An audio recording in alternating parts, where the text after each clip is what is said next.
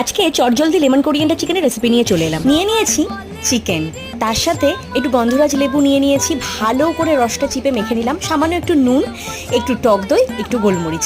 এবার ব্যাস ভালো করে মেখে টেখে সামান্য একটু গন্ধরাজ লেবুর জেস্ট দিয়ে আলাদা করে 2 ঘন্টার জন্য ম্যারিনেট করতে রেখে দিতে হবে। মিনওয়াইল একটা পেস্ট বানিয়ে নিলাম, কিছুটা মতো ধনেপাতা নিয়ে নিয়েছি, তার মধ্যে নিয়ে নিয়েছি 2টো মতো রসুনের ক্লোভ আর একটা কাঁচা লঙ্কা। ব্যাস একটা স্মুথ পেস্ট বানিয়ে নিলাম।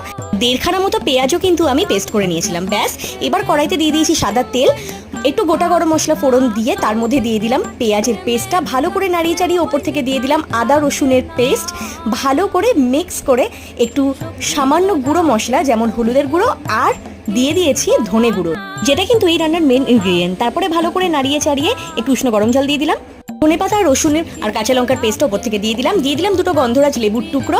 ব্যাস উপর থেকে একটু উষ্ণ গরম জল দিয়ে নামানোর আগে সামান্য একটু গোলমরিচ আর বাটার দিয়ে সার্ভ করলাম।